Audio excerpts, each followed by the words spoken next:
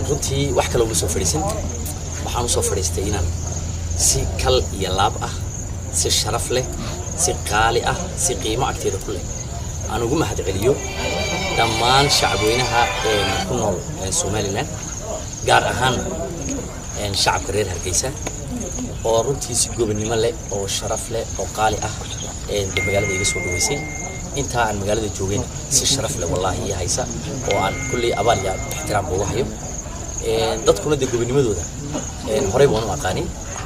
maantana waa mid labaad ay soo kordhiyeen inta haddaan halkaa uga imaado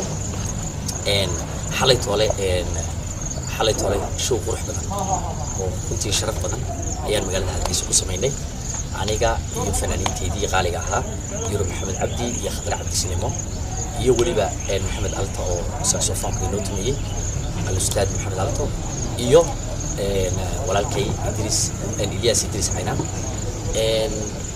dhammaan qabaqaabiyaasha waa lagu mahad celinayaa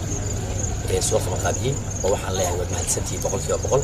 waxaan uga mahad celinayaa sponsorskii barnaamijka sponsor gareeyay dhammaantood baan uga mahad celinayaa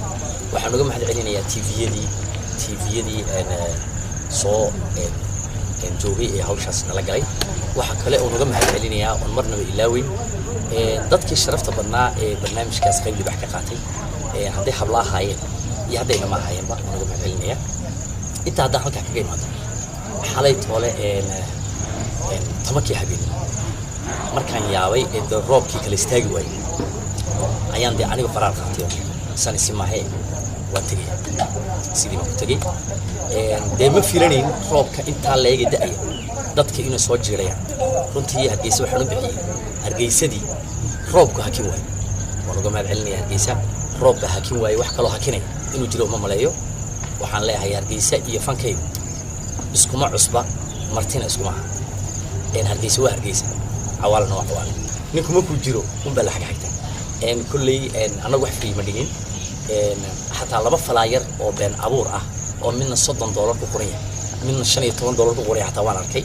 labadoo been abuur baxayeen kan ku dhigan $15 buu ahaa ka oo masaxaha de kulley qof jira unba lagu mashquuladay waxaan aaminsanahay qofku markuu jiro ma lagu mashquulaa de magaaladiidina waan joogaayo cid ma garanaysaa aan de ka qaadanay go ahead inaan magaalada ku dhigo ma jirto magaaladana waxaan ku dhigi jiray iyadoon cidba go ahead weydiisan ayaan ku dhigi jiray imikana waxaan ku dhigay iyadoon cidba go ahead weydiisan waxaan u soo noqon doonaa iyadoon cidba go ahead weydiisan Hargeysa waa Hargeysa awal